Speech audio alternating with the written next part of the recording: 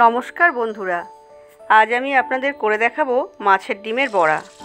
বাজার থেকে মাছের ডিম কিনে নিয়ে এসে পরিষ্কার করে জলে দিয়ে ধুয়ে নিচ্ছি।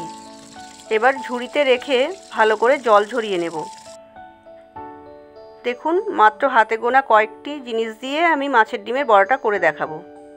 তার জন্য নিয়েছি কুচনো পেঁয়াজ, লঙ্কা, ধনেপাতা, বেসন, কালো জিরে, গোটা জিরে, নুন, হলুদ। এবার মাছের ডিমের মধ্যে নুন আর হলুদটা দিয়ে দিয়েছি, দিয়ে কয়েকটা কালো জিরে দিয়েছি আর গোটা জিরেও দিয়েছি। এবার লঙ্কা কুচি দিয়েছি, পেঁয়াজ কুচি দিয়েছি, ধনেপাতা দিয়েছি, দিয়ে বেসনটা দিয়ে ভালো করে চটকে চটকে মেখে নেব। একটু সময় নিয়ে মাখতে হবে বন্ধুরা, যত মাখবেন তত বড়াটা খেতে স্বাদ হবে। আমার এই রেসিপিটা ফলো করে আপনারা একদিন বাড়িতে বানিয়ে খাবেন। আর যদি আমার ভিডিওটা ভালো লাগে তাহলে আপনারা আমার চ্যানেলটাকে সাবস্ক্রাইব করবেন। এবার গ্যাসের উপরে একটা কড়াই বসিয়ে নিয়েছি।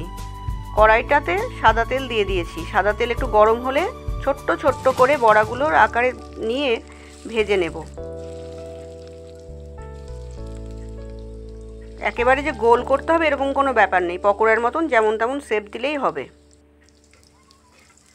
এবার বড়াগুলো এক পিঠ হয়ে গেছে, আর এক পিঠ উল্টে দেব, দিয়ে বেশ লাল লাল করে ভেজে নেব। গ্যাসটা একটু সিম করে ভাজতে হবে যাতে বড়াগুলোর ভেতর কাঁচা না থাকে। এত ভালো লাগে মচমচে এই বড়াগুলো খেতে, দারুণ সুন্দর হয়।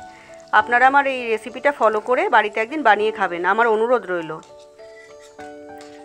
এক ব্যাচ ভাজা হয়ে গেছে, বড়াগুলো তুলে নিচ্ছি। আবার আরেক ব্যাচ দিয়ে দিয়েছি। দেখুন, এক পিঠ হয়ে গেছে, আবার আরেক পিঠ উল্টে দিচ্ছি, দিয়ে বেশ লাল লাল করে ভেজে তুলে নেব।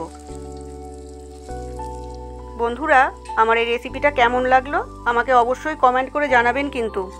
আর আপনারা একদিন বাড়িতে বানিয়ে খাবেন। সবাই ভালো থাকবেন, সুস্থ থাকবেন। আর আমার এই ফাইনাল লুকটা কেমন এসেছে সেটা একবার আমাকে জানাবেন কিন্তু। নমস্কার। দেখুন, তৈরি হয়ে গেল মাছের ডিমের বড়া।